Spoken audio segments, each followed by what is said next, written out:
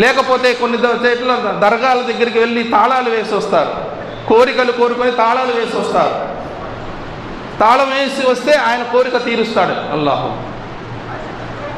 ప్రియ సోదరులారా, సోదరిమల్లారా, ఇటువంటి అజ్ఞానపు స్థితిలో ముస్లిం సమాజం ఉంది. షిర్కులో కూరుకొని పోయి